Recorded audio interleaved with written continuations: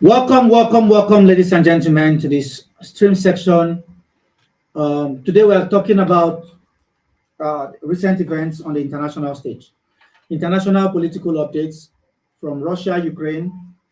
We'll talk about what is going on, with the Greenland incident and President Trump talking about seizing Greenland, and to the issue between China and Taiwan. And recently as well, we see what is going on in China with some changes happening at the very top of the leadership in China, with the change that involved the removal of a guy called Zhang Yujia.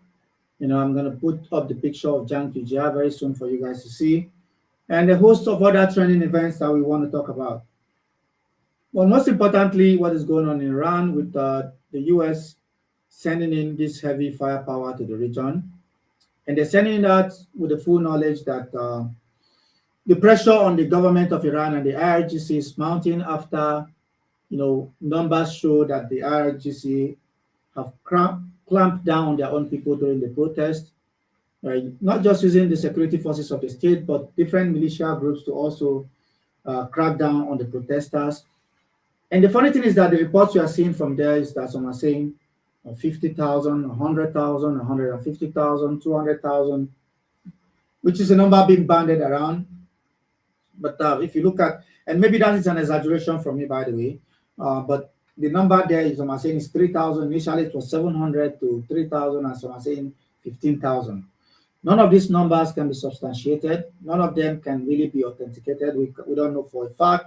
But one thing we know for sure is that the regime in Iran have cracked down the protesters, and they did that heavily, to the point where the streets is now almost empty. But the Americans are saying this is now an opportunity to put pressure on the government.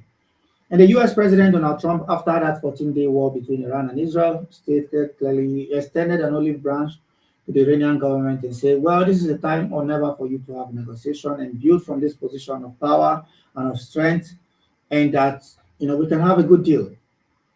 Let's remember that this is the same president, I think, that came to power and tore up the Joint Comprehensive Plan of Action, or the JCPOA, that was signed, I think, around in 2015. He said he was not happy with it and tore it up. He's not happy with it. And this is part of his campaign promise to his base, because they believe that President Obama at that time had given the Iranians too much. And then President Biden, even after President Biden came to power, after Trump did his first tenure and left, they said that he gave the Iranians, about $6 billion of money that belonged to Iran, by the way, frozen assets that belong to Iran, so that the Iranians can discontinue their ballistic missile program, because as all of that is happening on the international stage, with Iran putting pressure, and trying to antagonize Israel, Biden wanted to make sure that that wasn't the case. Biden wanted to make sure that everything was steady during his tenure. So he's also extended some sort of olive branch, quote unquote, to the Iranians. But Iran wants something else. They want to be accepted in the international community. They want a normalization of relations with America, because the history of this, if you want to understand, goes back a long time. After the Islamic Republic came to power, and they came to power after the removal of the. Okay, I'm trying to see. This is a sound check real quick. Okay, this is a sound check really quick. We are good. So after the removal of the Shah at that time, Mohammed, I think Reza Pahlavi, was removed from power in 1979, and Khomeini came to power. A lot of conspiracy theories flying around is that Khomeini at that time, Khomeini was not really somebody that could mobilize, that this could be a conspiracy theory behind it, that after the oil contracts that they had with the Iranian government came to an end, right around that period, that there's a possibility that they probably kicked out the government in Iran, because they felt like the other people that were coming in would be favorable to them. Okay, so the accusation is that ExxonMobil, Chevron, and other American and the British Petroleum had ganged up together to remove the Shah, like they did to Mossadegh in 1953. So at the end of the day, this is part of the conversation that we intend to have. And for those of you that are just joining, we are streaming live on YouTube as well. The name of the account is Savak Media Network on YouTube. If the mods can write it in the comment section. Savak Media Network on YouTube. If you can find that, SAWVARK Network, NETWORK, is that how you spell network? And then Savak Media Network, sorry. So we're streaming there. Don't forget to share the live stream, engage with the videos. If you have any questions in relations to our conversation today. First, about Iran. So Iran is about to face the toughest time since 1979. And this is our first topic for today. So if you are just joining, you're welcome. Like I said, don't forget to like, to share, to engage in the conversation. And most importantly, if you see videos we post, always engage with them because it helps us to continue to make more videos. And so this is a lot of intellectual work, a lot of research being put behind this. So it's very important for you to engage with our videos, to engage with the conversation as we go along. Just 1 second. I need to get this in place. So first, about Iran. There are reports emerging that the United States of America is mobilizing heavy kinetic power into the region, into the areas around the Persian Gulf, and some of their military bases in the region to put pressure on the government in Tehran. And this is on the backdrop of the United States of America and the President of America, President Trump, stating clearly that if the government in Iran crack down on the protesters that leads to the loss of lives, that the US will intervene in Iran.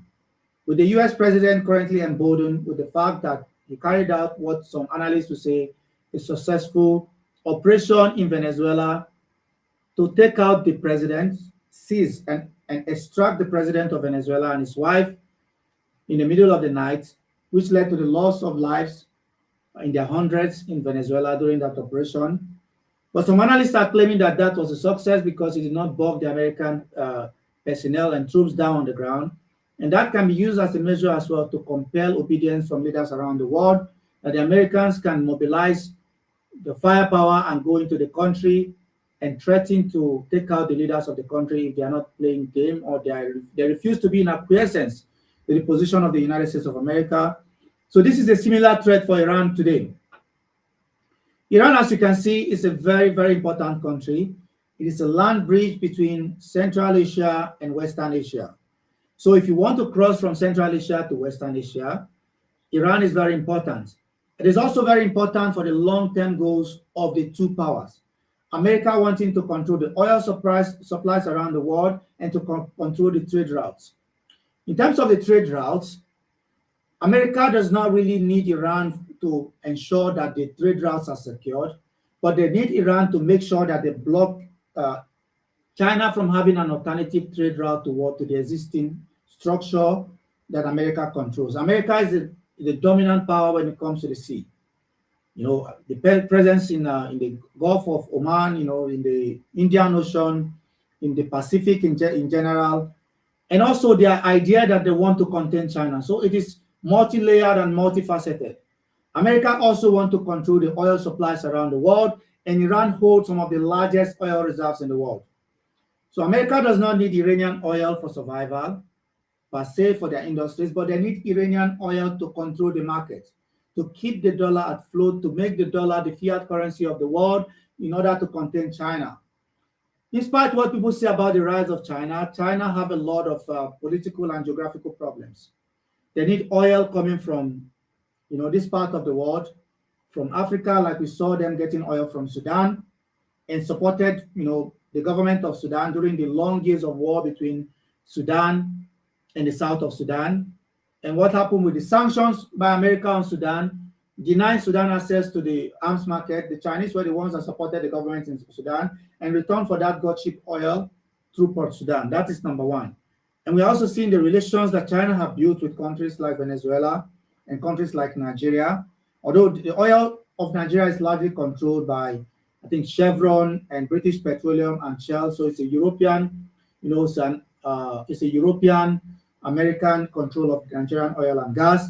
But in spite of that, China have found their way into some of these countries that have abundance of resources, and they continue to tap and exploit to it, which in turn gives them efficiency and give them comparative advantage in terms of cost, because of lower energy prices that they're able to leverage on and get from countries like Iran that are under American sanctions, like Russia that is under American and Western sanctions, and Sudan that was and is still under Western sanctions. So this is the position that Iran has found itself today. Like I said, geographically, Iran is a very, very difficult place. Politically, Iran is in a very, very strategic, position, if you like, geography, politics-wise. So it's a lot of variable. It's multi-layered. So when America is making the claim that they want Iran for several reasons. But it's also important for us to know that there have been human rights abuses and violations in Iran. But the argument that some analysts are making is that, hang on a second, when you're talking about human rights, you should really be looking at China. You should really be looking at what is going on in India. Even though we can argue that India is the biggest democracy on earth, democracy in this sense ends at the ballot box. Okay? We're looking at human rights violations in the region itself, including countries like Oman, Kuwait, Bahrain, United Arab Emirates, Qatar. Today, where you still have slave labor in all those countries, including the Saudi Arabia, that is one of the biggest allies of America in the region. So this is why people are asking questions. Why Iran? This is the question. Why do you want Iran? Is it is this for political reasons? And one thing about the US President Donald Trump, like him or hate him, is that he's very blatant about his position. He doesn't mince words. He's very open about what his intention is. He said it, like, we're going to Venezuela, we're going to take that oil and it belongs to us. He said it. And the way he has emasculated the Europeans, gave them tough love and told them how weak they are and how they are calling him daddy and how he's kicking them around and they are obeying him and so on and so forth. Not in a literal sense, metaphorically speaking, how America is able to leverage the power it has over even its own allies. And the trade war and the tariff war started with the Chinese and having to back down because of some of the leverage that they have. So you can look at him as a rational actor because it means that he cares about self-interest. Okay? Rationality in international politics, and if you want to look at the theory of realism, like I talked about yesterday during the conversation we had, that there are four major elements and factors to realism. One of them is state-centrism. The second one is rationality. The third one is ego. And the fourth one is power. State-centrism, meaning that the states are the most important players when it comes to international politics. Rationality, meaning that they work towards self-interest. I think rationality or ego, rationality and ego, I think it follows on the same line. Rationality and ego are the same thing, meaning that they work towards self-interest. And the last one is anarchy. So there are four of them, and I'll mention them again. The first one is state-centrism, meaning that states are the most important actors in international relations, as opposed to the ideas of supranational institutions like the IMF, the World Bank, the United Nations. What realism is talking about, through the works of Hans Morgenthau and classical realists like Thucydides, like Niccolo Machiavelli, what they are talking about is that when it comes to realism, that when it comes to power and politics, that states are the most important factor in international relations, meaning it is state-centered. The second one is rationality or ego, meaning that states work towards self-interest. Morality is not important. Nothing else is important apart from what is defined as the interest of the state. The third one is anarchy. So the international system is seen as anarchic. The international system is seen as chaotic. Basically, think about the jungle. The jungle which the strong will survive. And according to Thucydides, again, he said that in the struggle among equals, so to speak, that the strong will do what they want and the weak will suffer what they must.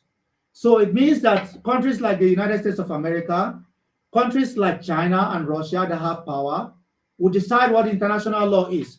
So the international institutions and laws are meant to control the weaker nations that are not up to the level of these countries that have nuclear weapons and that have real power. So we have mentioned three of them and I've itemized them. The first one is state-centrism. The second one is rationality or ego. meaning that the states work towards self-interest. The third one is about anarchy. So I want you guys to write that in the comment section, 4 of them. Now, 4 of them, this is our lesson for today. To understand international politics, you have to use the theory of realism. So somebody should write theory of realism in the comment section. The theory of realism, that is the first thing I want you to write. And there are 4 basic elements of realism, 4 basic elements. The first one is state-centrism. The second one is anarchy. The third one is rationality or ego. The fourth one is power. Okay? Anarchy, state-centrism, rationality or ego. The third one is anarchy, and the fourth one is power. Okay, so we can do that step by step. And if you're asking whether I'm streaming on YouTube, yes, right now I'm currently streaming on my desktop on YouTube. If you can go there, you can also write down some of these points in the chat. If you want to ask questions, if you want to engage with the conversation, you can do all of that on my page. So like I said, you have to look at it from that dimension. So because of this, America is acting in what it believes is in its self-interest. And the Russians and the Chinese, opposing it as well, are looking at their own self-interest.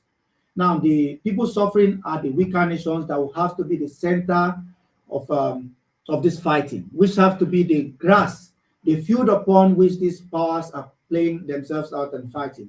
If you look at the period of the Cold War, most of these countries did not attack each other directly. They did that through espionage, through proxy wars and taking the fight outside their territories, like we saw in Angola, we saw in South Africa, what we saw in the Balkans, like what we saw across the world. Indochina, what happened in Vietnam, Laos, and Cambodia, and what happened in the fighting in Burma and what you call Myanmar today, what happened across Africa. Even in Central African Republic, the Russians were there as far back as the 50s or the 60s to support Bokassa. So people are looking at the emergence of the Russians today in Central African Republic. It has been there for a long time. They were there to support the dictatorship or the leadership at that time of King Bokassa. His son today is on exile, and people from Car asking him to come back, and continue the legacy of his father that people did not like.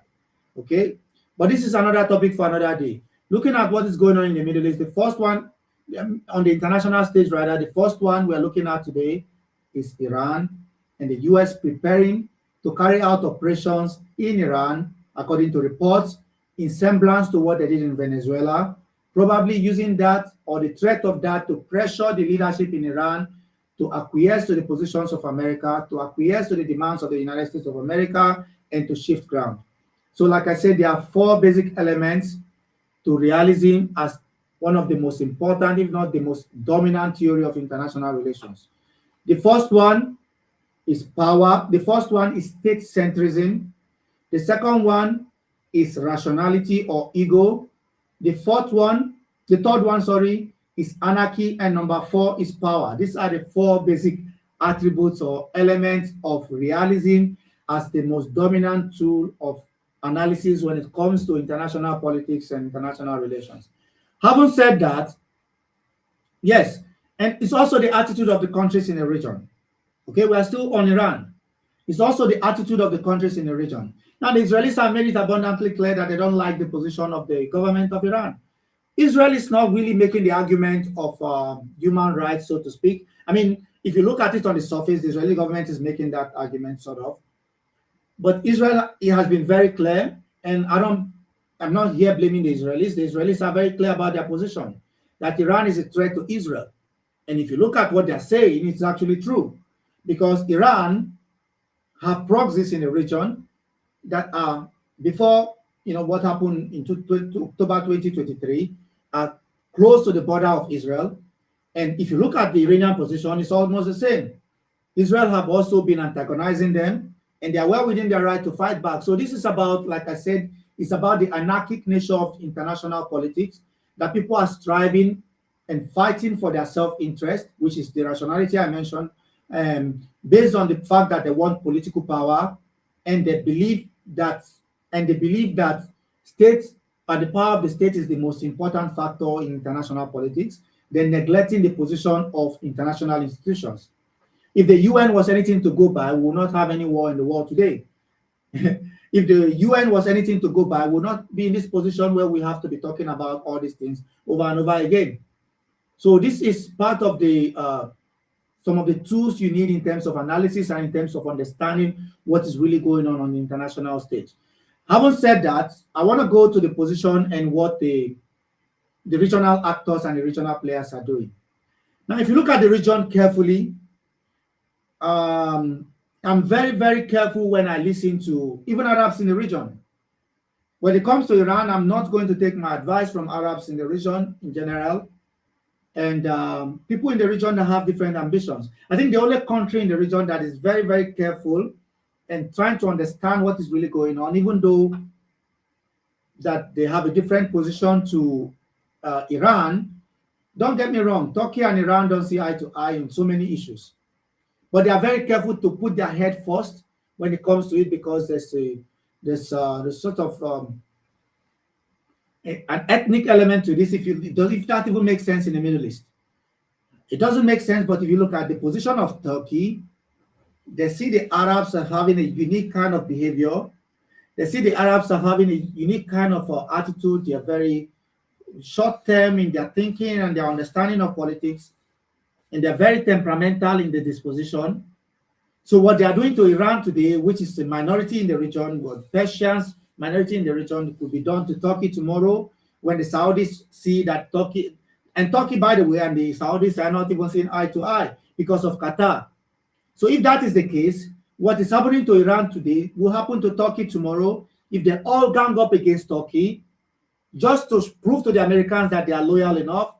And when the Saudis take a step, the Emiratis normally follow, and the Emiratis are sort of trying to be their own big boy around the block as well by following through some of their own policies, which I believe is against Qatar and the Brotherhood and so on and so forth. It's very Middle Eastern politics is very intricate.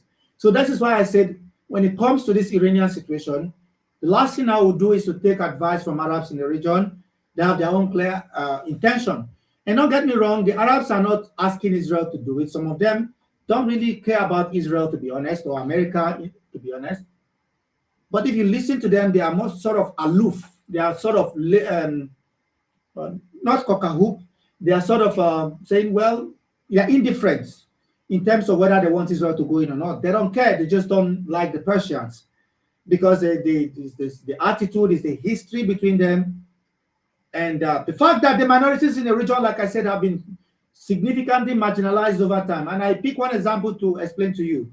The reason why the big H in Lebanon came about was because of how do you call it? It's because of the what they call the dispossessed.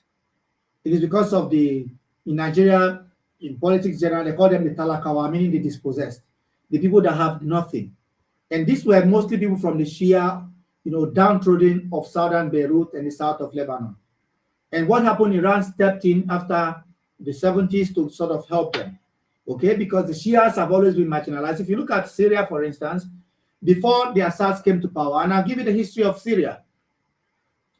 Hafez al-Assad, Salah Jadid, how they came to power, it was because of the French. If you look at the countries that the French have ruled over, what the French like to do is that they make alliances with the minorities in the region, in that country and in the region, in order for them to divide and rule. So in Syria, it was not different. When they came into Syria, the French, I think in the 20s, they expelled the Hashemite leader from Syria. There was the Franco-Syrian War in the 20s, and they expelled the Hashemite leader from there. He went on exile. So that's why you have the Hashemites today in Iraq. Tariq Hashemi, who is a Ba'athist, the former key figure within the Saddam regime, is from the Hashemite family. His royalty, their history traced back to Syria. Okay, if you look at the Ba'ath Party itself, it was formed in Syria by a Greek Orthodox boy called Michel Aflok via the Kotila town in Paris. These were Christians, these were Orthodox Christian boys that formed the Ba'ath Party, which was more of a socialist movement at that time. Then the Iraqi government and the Saddam regime turned to Ba'ath Islamic Party and Islamized the political party that was formed by Christian boys in Damascus. Okay, these were Christian boys, by the way, that formed, the Ba'ath Party. But the reason I'm mentioning this is because Middle Eastern politics and understanding the Arab political behavior in general is very difficult. It's very, very difficult to understand them. And don't get me wrong, they are very, very intelligent. If you look at understand politics very well, don't get me wrong, but sometimes it's very misleading to think that they are on your side in certain things. And if you look at what is happening in Egypt, you listen to the media in places like Saudi Arabia and all these other countries, what you hear low-key is them constantly talking about, oh, when two of my enemies are fighting, I cross my leg and drink tea. They're talking about the Iranians. They're claiming they don't really like the Israelis, but are doing deals with the Israelis, but would rather spit on the Iranians and would never have anything to do with them because they don't agree with them. And again, it's sort of difficult to understand that the Saudis would never do a deal with the Iranians because they rather spit on them. Until recently, I mean, the Chinese intervened recently because of the Yemeni issue to bail out Mohammed bin Salman and so on and so forth, because he had entered this crazy mess in Yemen and will not stop and so on. But they are willing to do deals with the Israelis and the Americans. If you look at it culturally, and if you look at what is really happening, I don't think that the French, the Americans really care about any of them. They care about themselves and they exploit them for money. See, these are the cash cows. Let's go and get another 100 billion from these Arabs, and they sell weapons to them. So how can it be in the interest of the United States, for instance, to allow peace to reign in the region? You exploit the sectarian divisions. Then they say, oh, Iran is sponsoring militias in the region. Yes. In Syria, of course. In Lebanon, of course. In Iraq, of course. And in Bahrain, by the way, the majority of the people in Bahrain are Shia. But the people in power are the minority 20% that are Sunnis. So that is the minority ruling over the majority in Bahrain. Now, if you go to Syria, they accuse the Alawites of making 12 to 13% of the population and making alliances with the different Sunni groups and Christian and Assyrians to form power in the center. You cannot make the same argument about you can make exactly the same argument about Bahrain and other countries. Even Iraq, when Saddam was there, the Sunnis were a minority and are a minority in Iraq today. But we have a situation where the Shias were marginalized for a very long time. So when they took over power, and brings me back to now the whole idea of how the militia started. When they took over power in 2003, the Sunnis in the region accused the people that took over power in Iraq of siding with the Americans or being sellouts. They accused the Shia and the Iranians and the Iraqis in the Shias of selling out to the Americans and working with the Americans to remove Saddam and to upend the Sunni oligarchy and elite that were in power in Baghdad and replace them with the power bloc, in coalition with the Kurds and the Shia. And the Sunni became marginalized from the center. And what happened is that they went into Salahuddin, they went into places like in the center, okay, Nineveh and the rest of them, and started the insurgency. Okay, some of the Baathis that were removed from power went into the north and the center and started insurgency. Now going to Shia mosque and targeting them, and this is how it all started. I mean, this is a 1,500 or 2,000 years old history and the bad blood between these two groups. But anytime I have a conversation with them, they don't want to hear it. It's like, oh, it's creating divisions. Oh, how can you come from the outside as a Christian black guy and try to talk about this? You are here to create divisions. Well, it's not me. It's the Egyptians that are saying it. It's the Saudis that are saying it. It's the Emiratis that are saying it. It's the people in the region that are saying it with the same sectarian mindset. They want Iran destroyed because they believe that Iran is supporting militias. And I'm giving you the background of the emergence of militias in the region and this so-called, pivoting towards using militias for violence. Islamic State in Iraq. This was how it started. Way before even Saddam was removed. Was started by who? A guy called Abu Musab al-Zakawi. Zakawi is from the town of Zarqa in Jordan, He found his way. This was among the people that went to Afghanistan to fight as the part of the Mujahideen and came back and found his way and started this stuff in Iraq.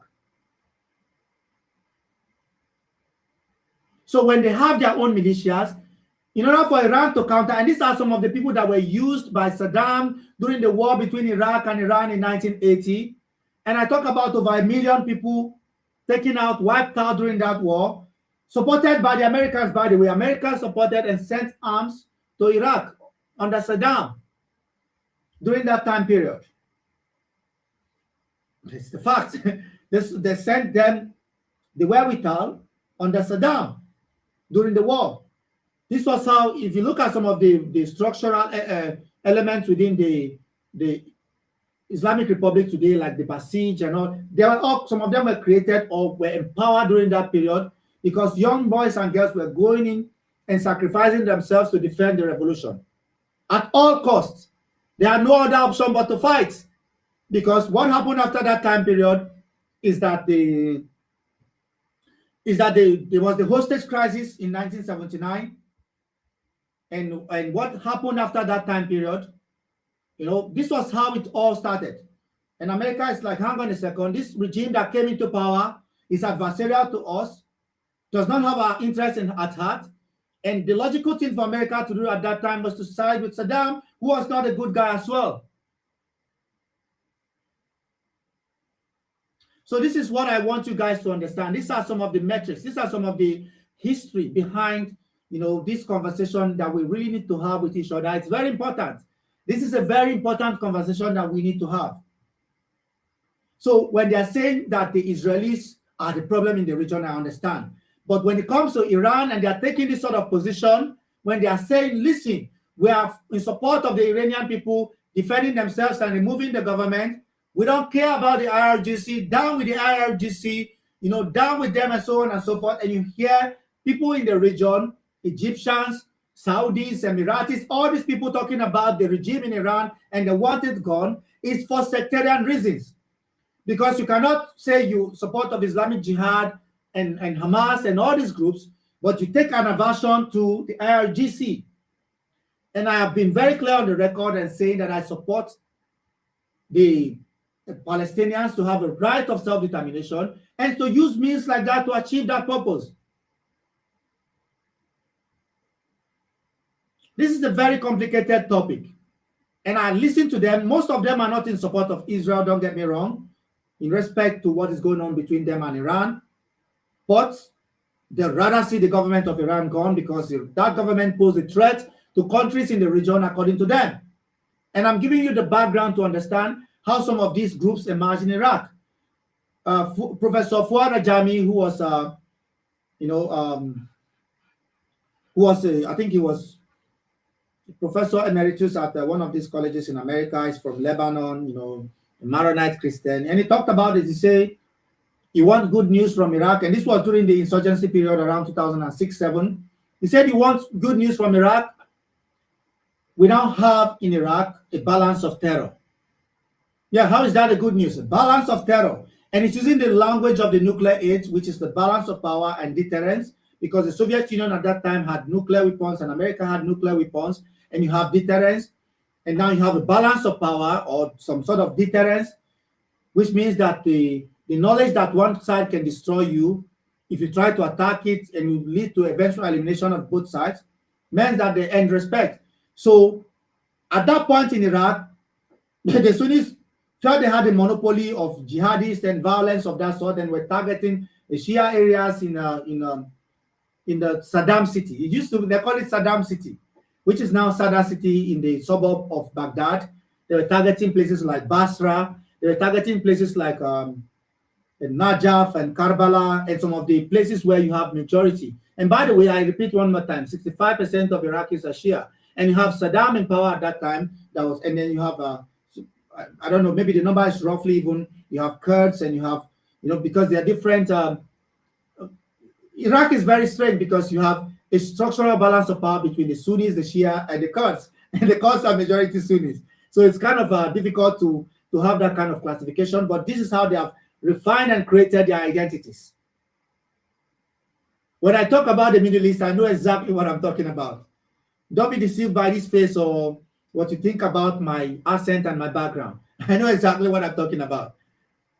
And when that happened, you had the courts also standing in between that have some sort of grievances against Saddam and the people that supported Saddam because of what happened in Halabja against the Kurds.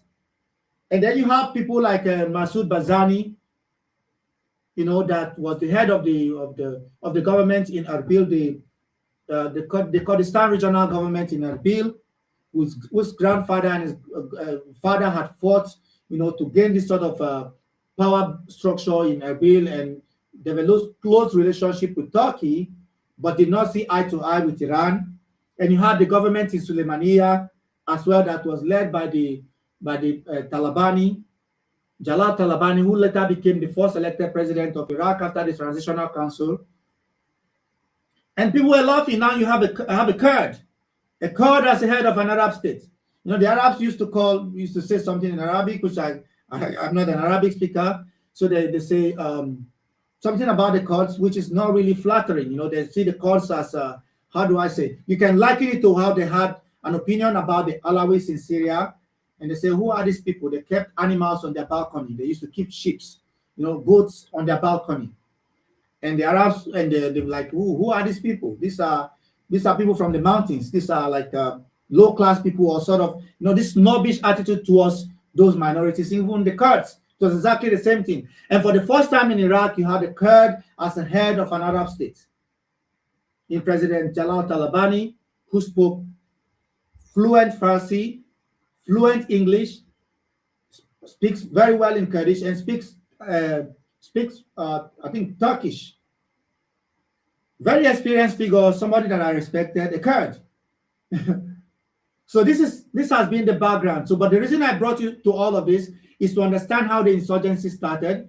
And in response to the insurgency, as a result of losing power in Iraq, the Sunnis saw it as a sectarian war and embarked upon it as a sectarian war, and started forming militias in Nineveh province, in Salahuddin province, and other areas, in the center of Iraq and beyond, and targeting the other side.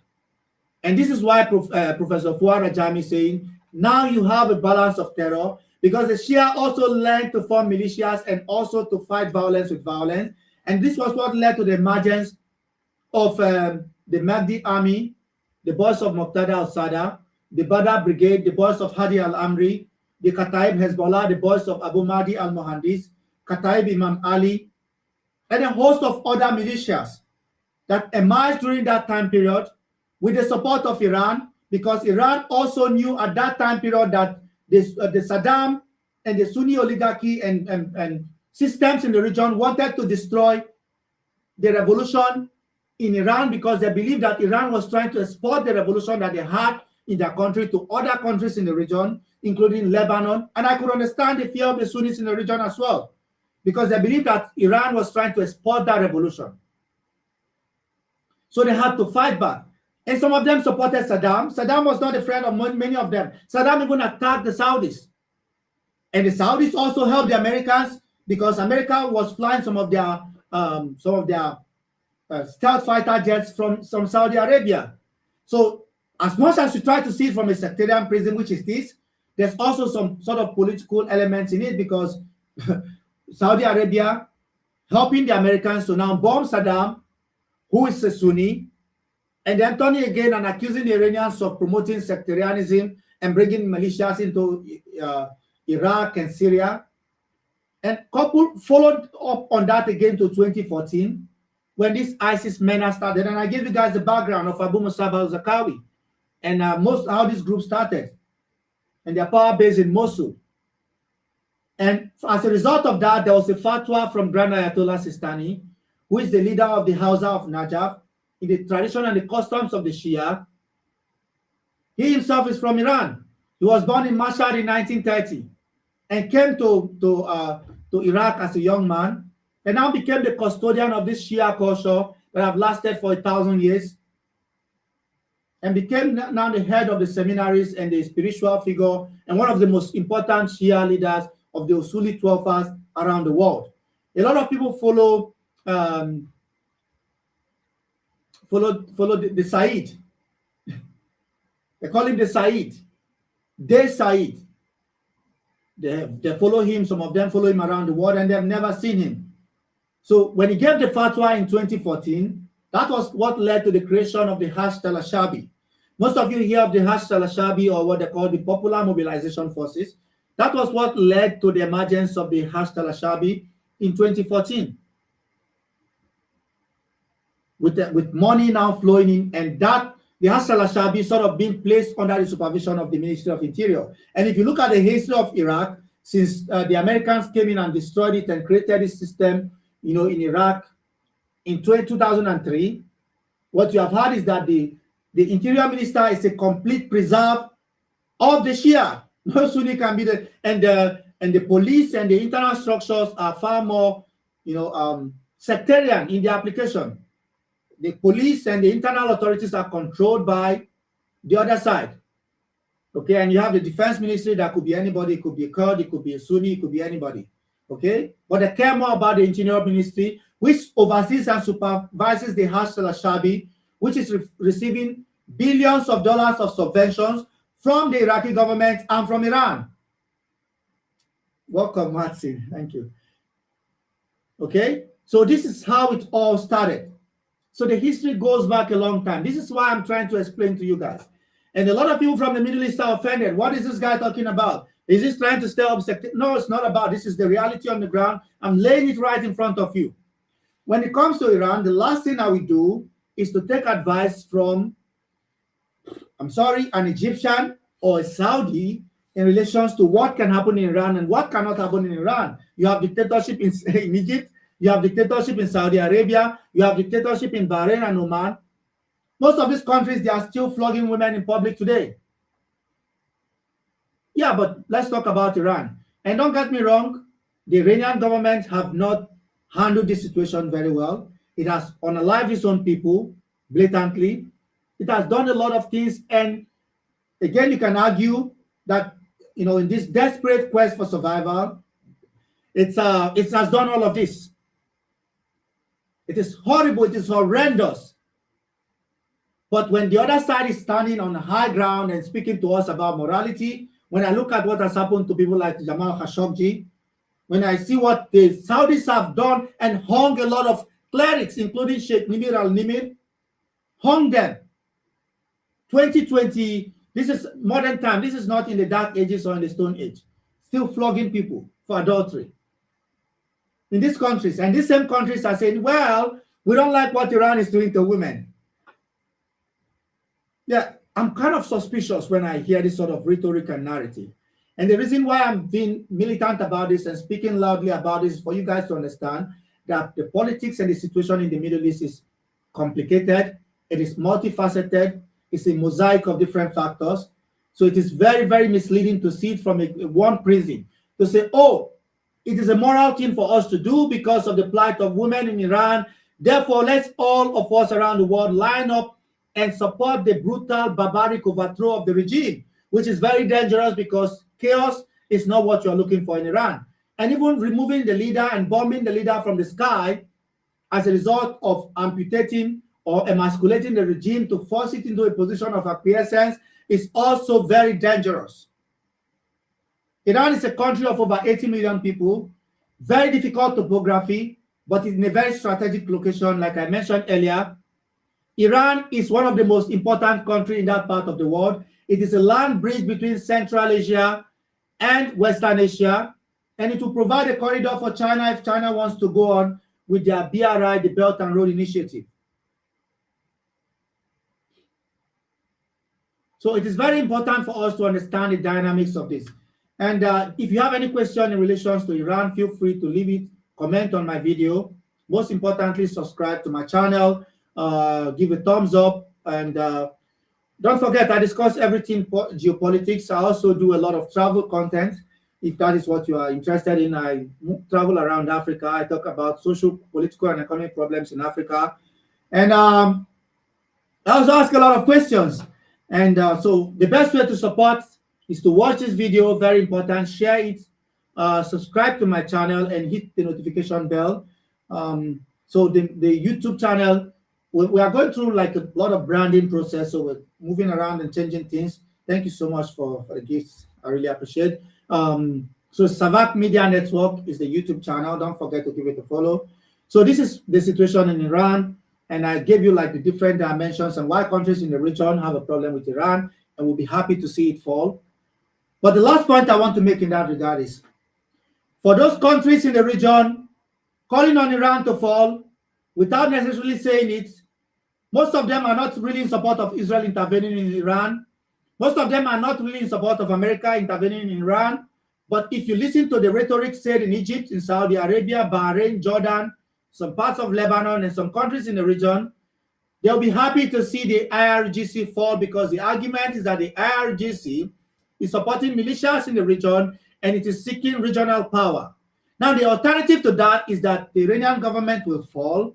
The Iranian government will now be an ally of Israel, will now do the bidding of America and Israel, and then the same people will call it a sellout. Think about the world where Israel is a good ally. By the way, if you're looking for a perfect partner for Israel in the region, it's Iran, because Iran is a minority in the region, although it's a big country, but in terms of the region, it's a minority, okay, because of the Persians and the Shia, and they have been maligned by people in the region. Think about Iran making a voluntary decision to drop the antagonism against Israel, drop the support for the Palestinian cause, and align strictly with Israel, willing to go anywhere with Israel, and forming this perfect bond with Israel. Iran will become prosperous. It will be able to sell its oil in the international market. Iran will be able to live in peace and harmony in the region. It will have no need for militias, and even if it does so and promise that it's not going to use them against Israel and American interests, it will be tolerated. And what will happen is that the same Saudis and the Egyptians will still call them sellout to the Yahud. This is the point I'm making. So it's damned if you do, if it's damned if you don't. They are the only ones sticking their neck out for the cause that we've seen over the past 2 years. None of the other countries. The Egyptians just did a deal with Israel. Billions of dollars. Jordan is helping Israel. Well, good and fine. And again, I had a conversation recently about Somaliland and Israel, like recognizing Somaliland and want to place a military base there. I say, as an African, I'm against Israel putting their military base in Somaliland. But the last thing I want to do is to take advice from Arabs that Somaliland does not have a right to take support from Israel. Because you are doing exactly the same thing. Almost all the Arab countries are working with Israel. Almost all of them. Jordan is working with Israel. I think it's called the Wadi Araba agreement that they have with water and collaboration, political collaboration, or whatever. Syria now is working with Israel. Okay? You have Saudi Arabia is in good terms and working relationship with Israel, on the verge of signing the Abraham Accords, and they have a lot of trade agreements with Israel. And if they were not in line with Israel, they would not be prosperous. Kuwait, Oman, Bahrain, all of them either working directly with Israel or with America. And if you want to push it to Africa, it's the same thing with Morocco, with Tunisia. Most of them are in good working relationship with Israel and America. But the same Arabs are telling this African country, you cannot do a deal with Israel. No, I'm not going to accept that. You shouldn't be the one saying it. But as an African, I don't want it to happen. I don't want superpowers around the world to come to Africa to hyper-extend their legs in Africa and try to dictate our politics. I'm against that. And this is where I draw up the conversation about Iran, because understanding the Middle East is very difficult. Like I said, don't forget to like, to share, give us a thumbs up. We're trying to grow our YouTube page. Don't forget, it's very important for the work we do. And I'll be having this live stream 6 days a week. I'm going to create a schedule. The time will be out. I'll post it on my link. I will also do videos about it, and you can see it on the board behind me as well, if the time is right, with my logo here and everything in between. And we're going to have a screen here where I'll be showing you some of the footages as well. All of that we are working towards. The goal the aim is to grow and is to get to that point as quickly as possible. And thank you so much for the rest, for most of you supporting, what we have been doing so far. I can't thank you well enough. This is very important. And yeah, it's important for us to continue to have these very interesting conversations about what is happening around the world. So let's move on to the next topic on what is happening with Greenland. What is your opinion on Greenland? I want to see that. What is your opinion on Greenland? This live stream is meant to go on for about an hour. We have 10 minutes more. I'm going to speak on the situation in Greenland real quickly. America have made it very clear that Greenland is very important for their national security strategy and for their interests. And you even have senators in the House, proposing a bill to make Greenland the 54th state of the United States of America, and President Trump threatening military action if the Europeans refuse to hand over Greenland to the United States and to America. America already have a base there in Greenland. And based on the agreement, they can expand the base if they want. But the idea of incorporating Greenland completely as part of the United States of America is a step too far, and the Europeans kicked against it. And we saw what played out in Davos, with President Macron being taunted by the US President Donald Trump, mocking his eyeglasses, and even leaking the text messages he had with President Macron. It's very interesting. Politics, at that level is very, very interesting. So, yeah, and now President Trump sort of saying, well, if we can have some sort of agreement, I'm willing to back down, and so on and so forth. So yeah, it's very important for us to understand this. And also with Venezuela, Maria Machado, is that her name, the one in exile, seeking to have the support of America, in order to become the president, and so on and so forth. So we are trying to carefully look at what is going on the ground in Venezuela, with the US, asking ExxonMobil and some of these companies to go and invest there and build new refineries and infrastructure there to take out the oil from Venezuela, and whatever proceeds they have, that even whatever Venezuela makes will be going directly to America, because they have to purchase and buy things from America. So there's a whole lot of things going on, that we need to understand. And the last part of it as well is in relations to Russia-Ukraine conflicts. It's very important. How can I end the conversation without talking about Russia-Ukraine? There have been no peace so far. We see what is going on right now is that the Russians are adamant about their position. They are insisting that this will continue for as long as Ukraine refuses to acquiesce to their demands. And the sticking point as well is the fact that the Europeans want to send manpower to Ukraine.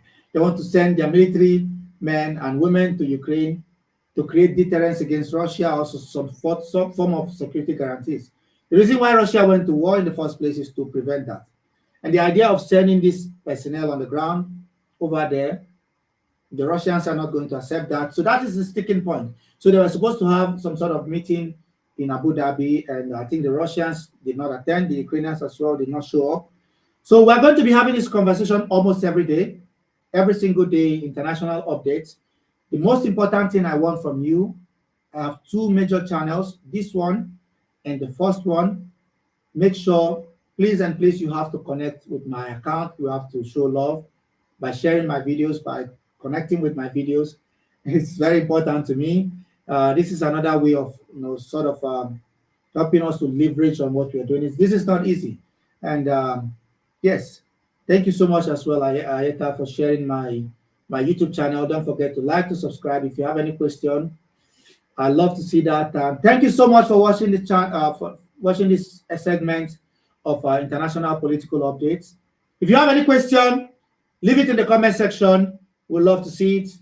If you have any contribution, if you have any question, if you have any idea on what we can do to make this better, feel free to leave it in the comment section. I'll see you in the next video. Thank you so much.